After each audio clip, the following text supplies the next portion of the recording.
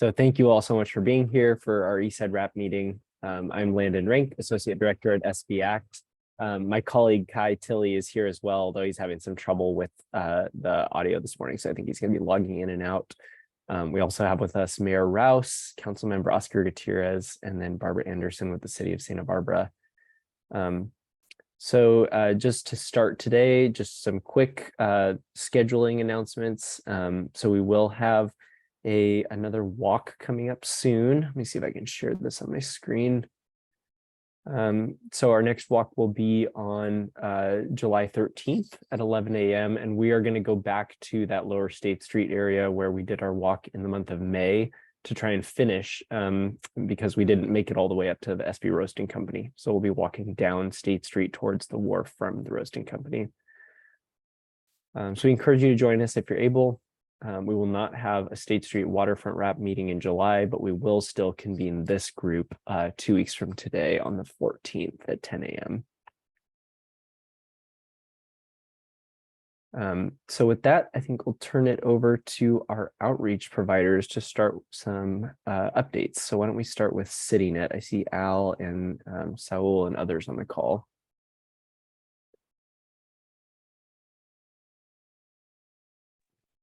I'm just getting back this week. I was on a week vacation, so I'm going to let my team take the lead on some of the outreach updates while I actually look over some of our triage, and I can provide any updates further after that.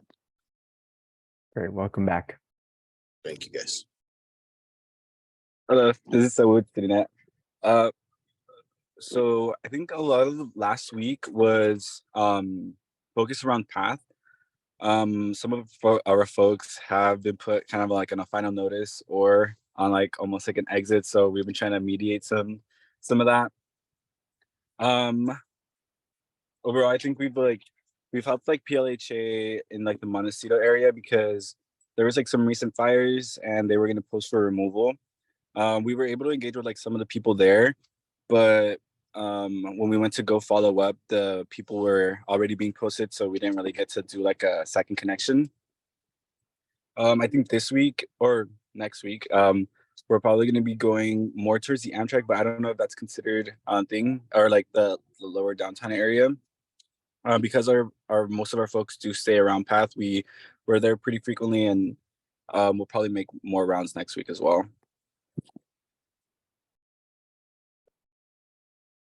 Thanks, Saul. I don't see Good Samaritan on the call today. So I don't know, Liz, if you are able to share about outreach efforts around Path as well. Maybe more of an Odin question.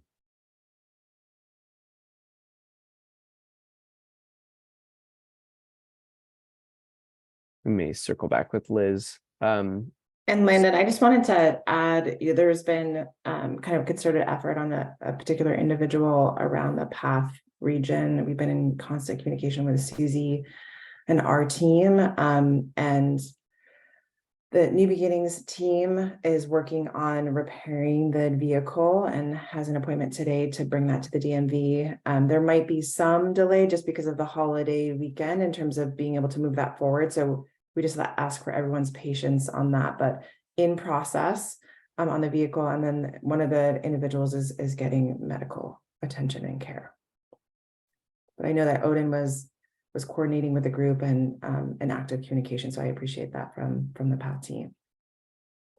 And Shannon as well was out there.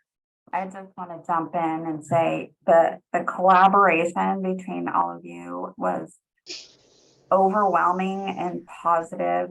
You know, we reached out several times out of humble, caring hearts because not only was it impacting our work, but it's just devastating to watch. And it was really impacting, you know, we had candidates coming in and it just was the perfect storm, but it emotionally draining, right? To see this poor individual screaming. And then the minute her clothes came off, it was just like, okay, like we've got to get her some help. And you all did an amazing job, and I just want to commend you because I know it's hard, and your work in general is hard, but it is so appreciated. And it was just it was almost like a quilt coming together. You know, you all have your subject matter experts, and we lean to you for your expertise, and to see finally it all come together was just remarkable. So thank you so much. I really do appreciate it. And I don't want to be that nag.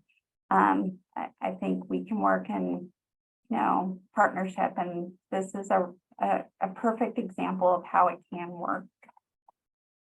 Susie, thank you so much for saying that. And honestly, you're our eyes and ears, and we are ready to respond when we get that information. And across PD, the PASS team, CityNet, and you know, our co-response unit. I mean, you're right. It was to see that active communication happening and us being able to be there for a person in crisis, and because of you and having eyes on the neighborhood.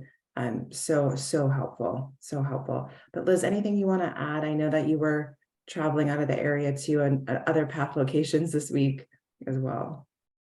Yeah, well, I just wanted to add an additional thank you to you, Susie, not only for, you know, reaching out and starting this collaborative effort to get these folks, you know, some help and support that they need, but also just for your caring and empathy that you display, because you could have handled this, you know, very differently as well, but because of you, the specific way that you handled it, and your caring and kindness and empathy here, we were able to all really come together to help these individuals. So thank you so much for that, and for reaching out to start this. Well, all our employees we're programmed that way, right? Marburg does care, and our motto is we are Marburg. And so the drivers were getting concerned, our shop employees were getting concerned. It was just, you know, this dynamic of everybody's like, how do we help this woman? You know, and it wasn't like this woman is wacko. It was more like, how do we get this woman some help? And, you know, there was tears, there was emotion, it was, you know, our safety department, it was, and so again, you know, my analogy is this quilt that we all came together and we're able to wrap it around this lady that needed help. So again, it's because of all of you. So thank you. You really love that. Thank you, Susie. And I don't have any other updates. Odin has been off this week, and I've been out of the area as well, but I see Crystal is here. Do you have any PATH updates? No, I've just been working a little bit of a crazy schedule because of covering for this one and that one. So I think I'm a little off today, but yeah, at least I am off today. So that's nice. I just want to say, as I really never speak on behalf of PATH at these meetings. I usually only speak on behalf of the fact that I'm a neighborhood and a resident here. But I really respect PATH and what they're doing in the community. I had a lot of respect for them before I know who they were, as I was learning who they were. And I know that everybody at PATH is thrilled to have you, Liz, there. So we're excited about our new leadership and our new direction. And yeah, so that's it. Great. Thank you both. How did the cleanup go 2 Saturdays ago?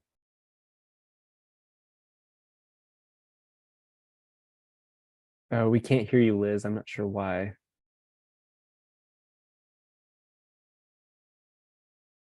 And my second question is there a date for the next cleanup, just so we can start getting the word out?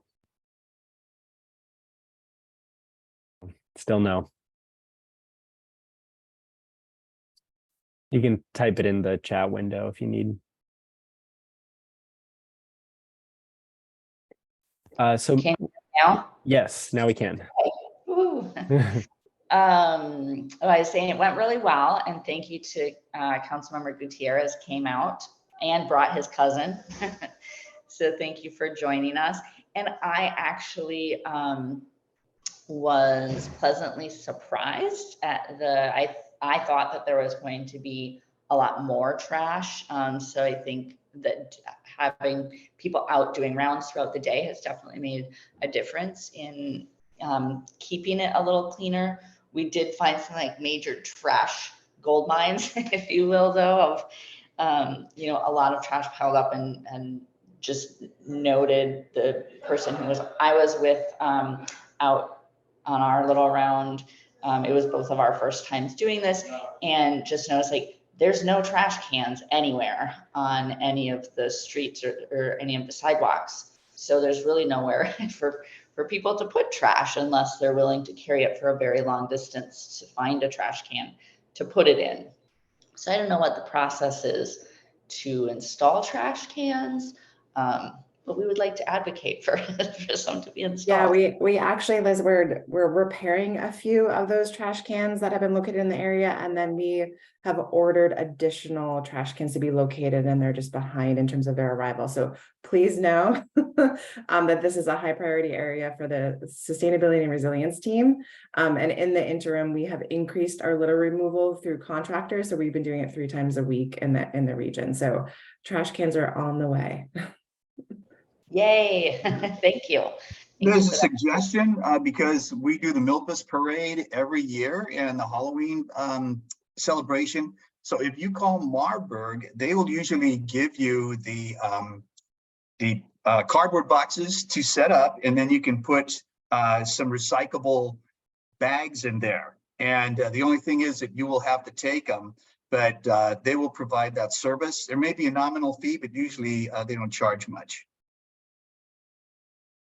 So maybe that's something we could do in the interim, so we could have some place throughout the neighborhood. And then when our staff is out, when our teams are out doing their rounds during the day, that could be their opportunities to then empty those. Absolutely. Yeah, well, next time you have a cleanup, just let them know if it's scheduled, and you just go down and pick up the stuff. They're really good about it. And do you have a future cleanup planned, Liz? I do, and I should have that date with me right now, but I don't. But it's the same, whatever that Saturday was. Was it the 3rd Saturday? Whatever Yes, that it Saturday was. was, we do it the same Saturday every month. Okay, so that'll be the 15th of July, if that logic stands. That sounds correct, yes. Okay. And we have a flyer, so I'll send that out after I'll get that and send it to you, Landon. That'd be great. Thank you. And then I don't know, Commander Katsapis, if you're able to share as well, but we'd love to hear any updates from your end. Sorry, I was pulling double duty. We have another separate operation going on right now that I'm trying to manage as well. But as far as updates go, the only major update that I have is most of you have worked with Sergeant Chris Payne. He was the supervisor for the past year on the community action team. Good for Chris, but bad for us. He got promoted to lieutenant 2 weeks ago. And so Chris will be moving on, and he will get a replacement supervising at the field level, the CAT team. I don't know who that replacement is going to be yet, but once they're replaced, I'm going to have them join me for some reps and we'll do some introductions. But that team will continue to go on with the same mission, as well as the co-response team. And for the time being, they'll just report directly to me. So if you have any questions or concerns that you typically send to Chris Payne, feel free to send those to me, and then I'll make sure we're addressing them as needed. And that's it. Yeah, good news for Chris, but we'll miss seeing him around here. For sure. I'm going to miss him as well. All right. Are there any other updates from city staff? Otherwise, we'll open it up for community members. No, just want to let folks know that Liz Stotts apologized for not being able to be on the call this morning. We are trying to get a very big grant proposal in for the Encampment Resolution Fund. So the county has been taking the lead on securing those funds, and they were recently awarded $6 million to help address individuals experiencing homelessness in encampments along the waterways and creeks. But the city has an opportunity to move forward with our own application. We learned just last Friday, with a week before the deadline. And so we're looking at prioritizing the waterfront region, the waterfront as it towards the land side, not the water side. And so we have a number of encampments and regular kind of reoccurring encampments along that area, as well as the transit corridor, which is the SURF grant that's ending from a 2-year grant support from the county as well. So we'll see what can happen, but our team has been focused on that at least this week to try to get that in by the deadline today. Thanks, Barbara. I have one question. Go ahead, Mayor Rouse. Yeah, and I just wanted to add in, and Barbara mentioned encampments, and if you read the news the last few days, the jump up in homeless population in LA and what they're going through is going to end up filtering down to us at some point. So our encampment activities, or our proactive move with the encampments and keeping them free and clear, is going to be more critical than ever. And we're going to probably, this time of year, we usually see a bit of a spike in our traveler population. But I think, and I know that Charlie's very aware of this, but we need to make sure we maintain vigilance. And I really do appreciate, talking like Al Ortiz and whatnot. We have great response from CityNet, and we need to just stay the course on that and make sure that we're conscious of what we're doing, and let people know that those encampments are not to be reestablished when we do clear them out.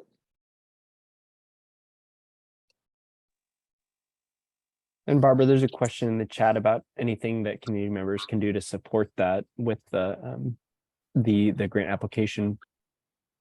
No, I think we have all of the information we need because of how incredible our encampment response team is. So we have a lot of data, demographic data. CityNet has provided their information. Our Parks and Recreation Department, Sustainability and Resilience Department have all been in communication this week with what they've observed, data that they have tracked and reported, as well as leveraging the resources the city puts into that particular region and applying for statewide funds. So I think we're all good on our end, but I will let folks know if anything comes up. Landon, I have a quick question. Yeah, go ahead. Yeah, I'm sorry, you guys. My internet's been kind of fading in and out. The individual that you've been talking around about, Path, I'm sure it's the same one that I called Al about, the elderly lady that yells and screams all the time. Is that her we're talking about?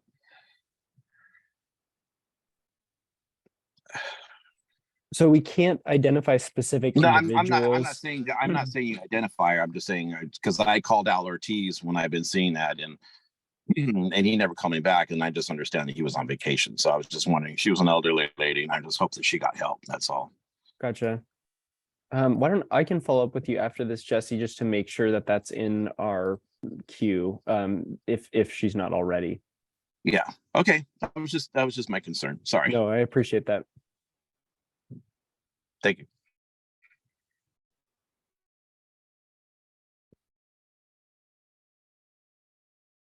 Any other questions, comments, concerns from the community?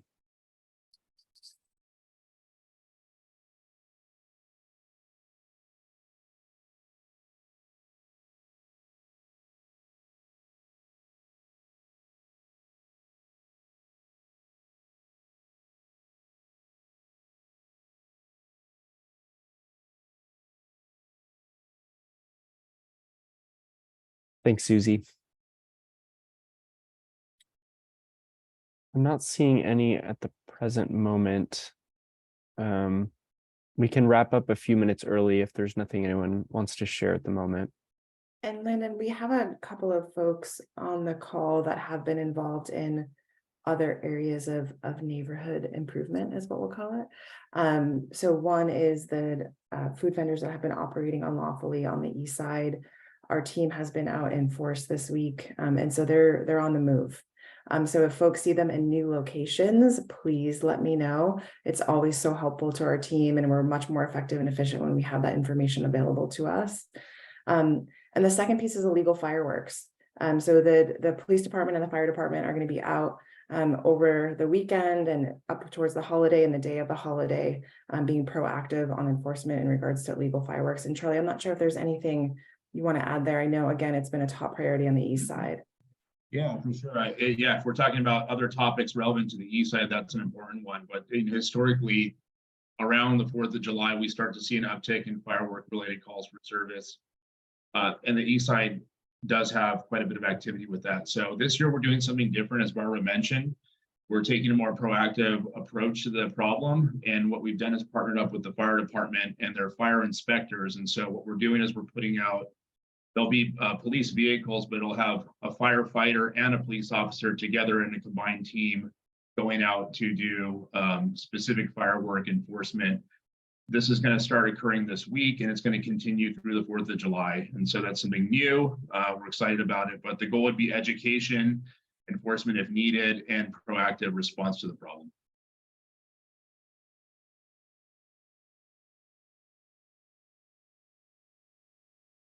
Yeah, Chris. Thank you, Officer Capsoffice, for that. I'm excited about that. As many of you know, I live on Cacique by Soledad, and on Hoot Cache at Soledad, every year we have the worst fireworks. Last year, it was literally as big of a display as what went on at City College. The morning after, in my backyard, there was so much debris from the fireworks. I can't believe a fire was not started. Every year I report it. Also, I have a dog that goes crazy with the fireworks. And so if there's any way to be super diligent at Hootash and Soledad, and it's not just 4th of July, they do it, they do it. They've been doing it all this week, small scale. 4th of July, it'll be the biggest. And then they do it for holidays. They do it for everything. And guns, they shoot guns. So yeah, that's a hot spot. Yeah, thank you for that. No, definitely.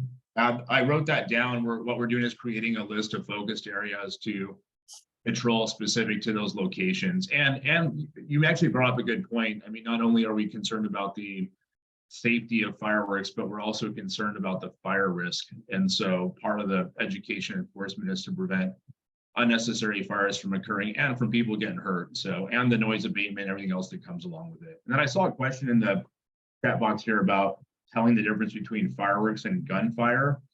I don't know that I have any real good advice on how to tell the difference. I mean, obviously, they both produce loud bangs, and it's kind of hard to tell. So if you're looking for a way to differentiate, I don't know that I can give you that. I think we go on, whatever the best evidence we have to suggest whether it's one or the other. Do we see like lights in firework type lights in conjunction with the noise? Do we just hear the noise alone? I mean, obviously firing guns off into the air is incredibly unsafe as well. So we will respond to both of those complaints as they come in. Mayor Rouse. Yeah, just switching gears just for a moment here, going back to Barbara's other task of doing the enforcement on all the different food vendors. We had a big town hall the other night. Councilman Gutierrez was there over with a few other of us. And Barbara and then Denny Way, for our prosecutor, was there along with some health department officials. And I met with Denny extensively yesterday to talk about enforcement protocols. And I just want to ensure everybody that everything being done in the east side, west side, wherever these pop up, we're doing to the extent of the law we're able to do. There's no further thing that we can do city policy wise that we're doing right now.